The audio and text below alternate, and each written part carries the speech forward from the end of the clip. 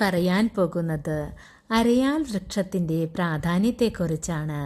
സർവ്വവിധ പാപങ്ങൾ തീരുന്നതിനും മുക്തി നേടുന്നതിനും വിഷ്ണു ഭഗവാന്റെ പ്രീതി ലഭിക്കുന്നതിനും അരയാൽ പ്രദക്ഷിണം വളരെ ഉത്തമമാണ്.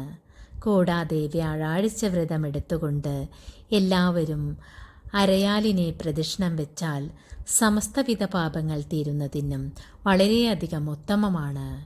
അത് വ്രതചിട്ടയോടുകൂടി ചെയ്യുന്നതാണ് ഏറ്റവും ഉത്തമം. രാവിലെ 7 പ്രാവശ്യം അരയാലിനെ പ്രദക്ഷിണം വയ്ക്കുന്നത് വളരെയധികം ഗുണങ്ങൾ നൽകുന്നതാണ്. കൂടാതെ ഇഷ്ടസിദ്ധിക്ക് വ്യാഴാഴ്ച വ്രതം എടുത്തുകൊണ്ട് എല്ലാവരും ഓം നമോ നാരായണായ നമ എന്ന മന്ത്രം 108 വീതം ജപിക്കുക. കൂടാതെ പാപങ്ങൾ അകലുന്നതിന് ഓം നമോ ഭഗവതേ വാസുദേവായ എന്ന മന്ത്രം 74 പ്രാവശ്യം വീതം ജപിക്കുക. കൂടാതെ തടസ്സങ്ങൾ മാറുന്നതിന് ഓം വിഷ്ണുവായേ നമ എന്ന മന്ത്രം 2 നേരവും ജപിക്കുക.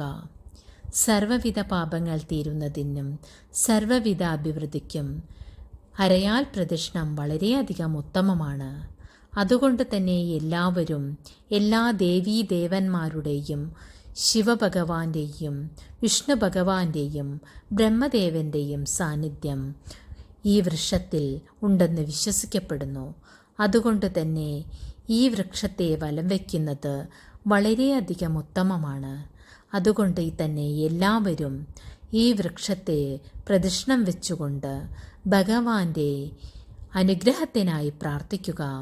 സർവരുടെയും സർവ ആഗ്രഹങ്ങളും ഭഗവാൻ നിറവേറ്റിത്തരുന്നതാണ്. അതിനായി എല്ലാവരും ഇതേ വിധത്തിൽ ചെയ്യുക. സർവവിധ പാപങ്ങൾ തീരുന്നതിനും വളരെയധികം മുക്തികൾ നൽകുന്നതുമായ ഈ വൃക്ഷത്തെ പ്രദക്ഷിണം വയ്ക്കുന്നത് വളരെയധികം ഗുണങ്ങൾ നൽകുന്നതാണ്. എല്ലാവരും ഇതേ രീതിയിൽ ചെയ്യുക. ഭഗവാന്റെ കൃപയ്ക്കായി